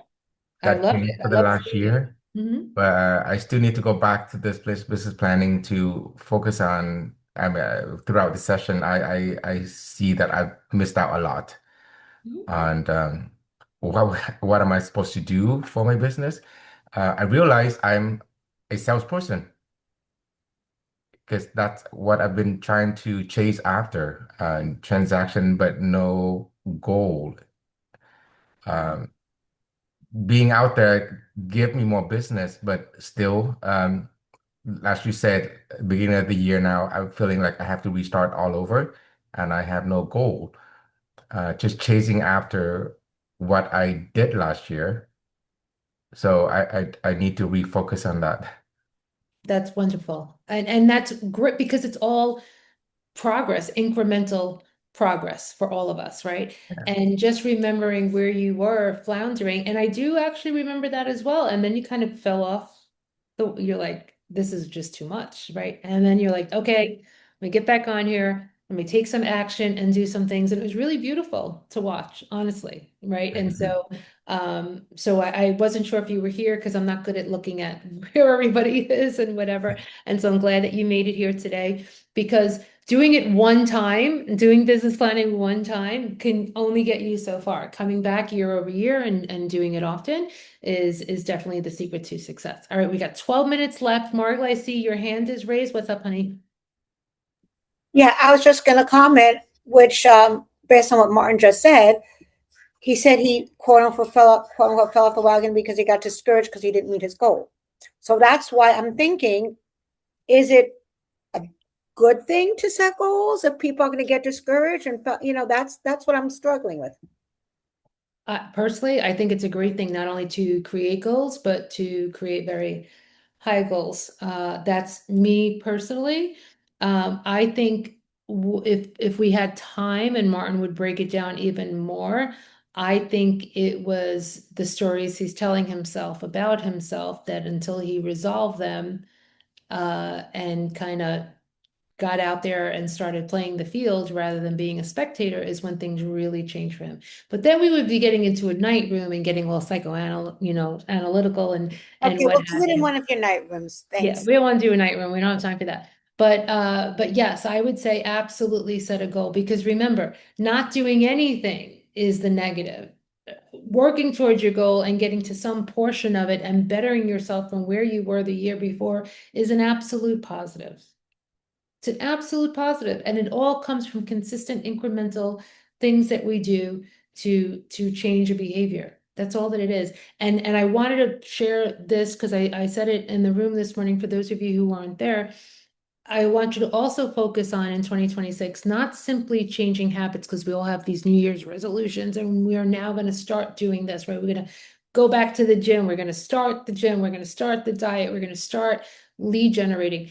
I would encourage you to consider the things you're no longer going to do. Removing bad habits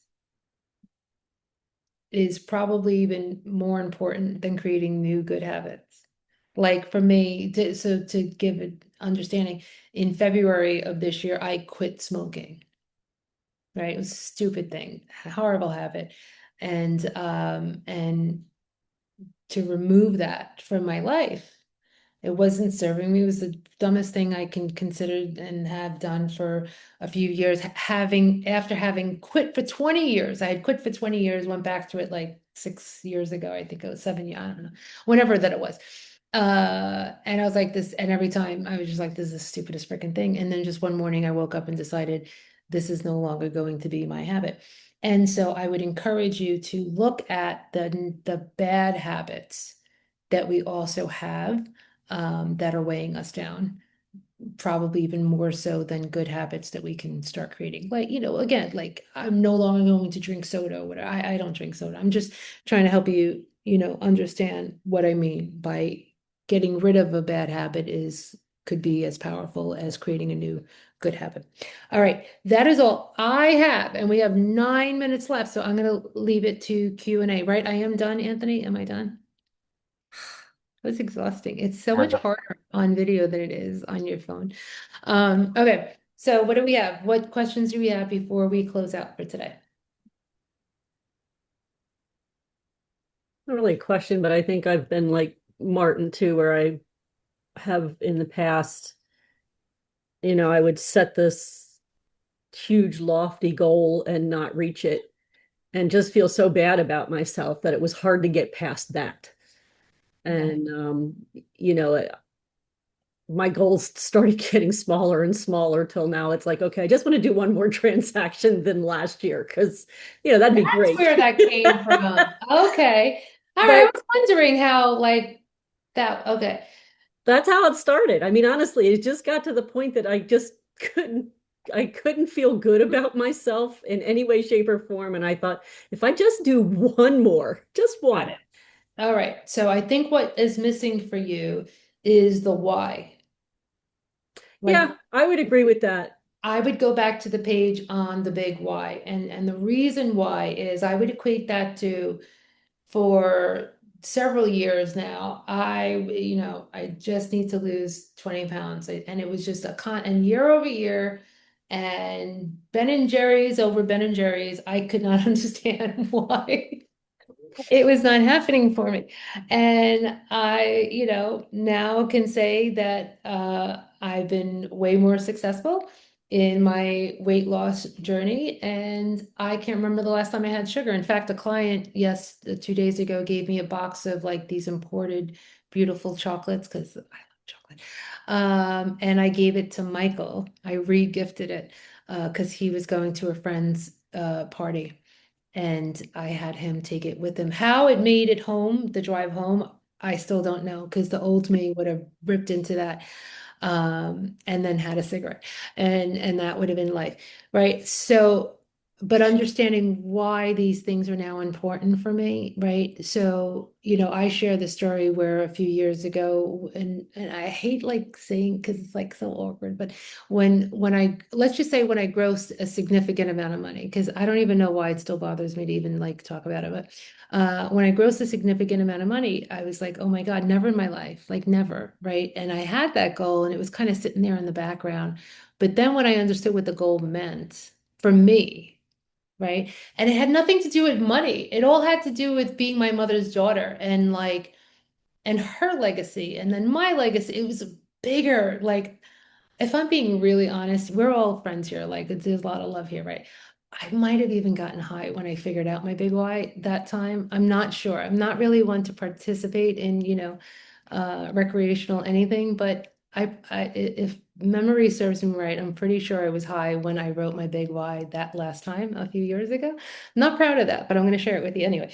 And it was like all these things started coming to me and all these like understandings of like the big whatever. Again, I'm not telling you that's how you should do it. I'm telling you more often than not, when you don't accomplish your goal, it's because it's not tied to your why. So go back to the why to understand that better before you move forward. Okay. And again, we could do a night room. We can talk about whys. We can do a room just on whys to help you, because if you're drawing a blank, like we need to work on that. And that would be the work right there. And Okay. New Year's Day yesterday or last year, starting at like 7 in the morning, and I think you guys were on Clubhouse until midnight. Oh, that's Donna. She does the marathon. You're doing it this year, Donna? Is she still here? I think she stepped out. She is doing it. She said in a room this morning that Yes. they are Awesome. doing it. Yeah. They just Yeah, don't know well- which room yet it was going to totally be hosted in, but it's not going to be that complicated when you log in. Yeah, we could you'll do It'll be find one of the everybody. rooms you follow. Yeah, we could do that. Cindy, what's up, beautiful? So here's this. First off, I want to thank you for the very comprehensive workbook today. Really, welcome. really appreciate it. And And first, I had a dumb question, and that is, where do we begin? And so there's a reason, page 1, page 2, page 3. So I decided I don't need to ask that sticky question. But what are some things that we're going to want to have in front of us when we start this? Example, how many transactions, price point, where do they come from? Financials, look at your bank account, look at your Amex business card. I mean, there's a lot. I would say what I always loved having in front of me is my vision board. Because what is it all about? Right? Ah, you have yours right there. That's awesome. There you go. What it's all about. Right? Yeah. And so constantly looking at that. Then I would also have my transaction board. So on the yeah. transaction board would be the actual transactions that are coming soon, pending, done, whatever, but also an area so that you could easily constantly identify where your business is coming from. So price point, right? The address, what the status is, and where it came from, where the important things for me. You can create whatever columns are important to you. But I think that if you decided in your business plan, so for me, I will say it out loud this year, and it's not a sellout because you all know that I've done plenty more transactions in previous years, but it's not the most important thing anymore. So I'm not going to bullshit you all and say I'm going to do 100 transactions this year because it doesn't serve me.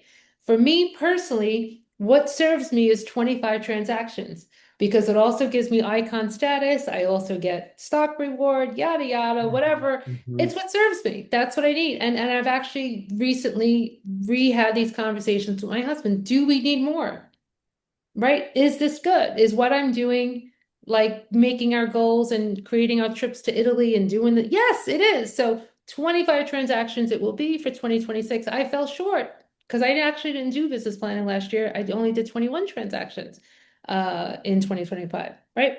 So 25 is my number for 2026.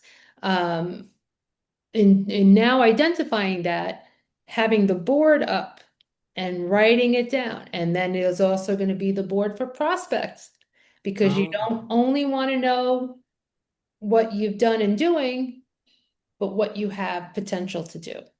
And so they have to be front of mind. Oh, I should call. Oh, yeah, that one. I almost, I could tell you right now because I haven't put my boards up. There's about 5 or 6 sellers that I've met with in 2025 that weren't ready to sell, that I didn't put them on a drip campaign. I've met them and I have done nothing to follow up with them. But now that I've decided that 25 transactions is my thing, I'm like, there's like 5 listings right there that I need to get on the phone and figure it out. So visuals are huge. I think where you should start is either Amazon or go to the whatever store, get yourself some boards, create your vision board, create your transactions by, monthly, right? Whatever that they're going to be. And then go back to the workbook and you could either make larger pages or those pages. How many appointments do I need to go on, right? How many transactions? It's numbers. It's simple. Don't overcomplicate it. I hope that helps. That was super helpful. And it's 1 o'clock, but I'll take one more question if there is one. Any more questions before we go? No one? Yeah, what are our next steps on setting up that book club? Okay. What do we want to do? Do we want to do the book club or do we want to do a monthly check-in or do we want to do both? I want to do the monthly check-in because there is a whole lot of book clubs going on. Oh, are there? Yeah, Nobody I- invited me to any. No. Ray has one. Megan has one, and yeah, it's Okay, but is anyone doing tax-free wealth? No, Anna, I think we should do both. Yeah, I agree. Both. Just because each book club, and I get your point, Courtney, and I hear what you're saying, but each book club has a whole different energy. Okay. That's also not that this is better, not sizing them up or anything Just like energy. it. Yeah. I love both, but it's just an energy, and I'm being selfish because I'd really like that for myself because it's Okay. time for me to go back through him. Can we do one monthly? We're gonna pick out a day and a time, and I prefer evening, but we'll figure that out. And once a month, can can we combine the two in the same Zoom once a month? Can we do a chapter of the book and a page of the workbook like that we focus on? That's I great. think, yeah, Long, isn't it? yeah, we should. Anna, can we do it like an hour room or 2 hour room, like in the evening? Yeah, because this was 2 hours and I can handle 2 hours. You know what? Like the first hour will be the book club and the second hour will be the workbook. So if you decided, you know what, I just don't want to read that book, that's fine. And then you could just jump in on the second hour. So we'll separate it that way. Yay! Yeah, I'd rather combine it because otherwise, I don't know, I feel like I won't really give. And then we need a third hour for chit chat. Well, then we can just hop on Clubhouse and do that. All right, that's fair. I think this, first off, let me just say 26 of you are still here after 2 hours. God bless your souls.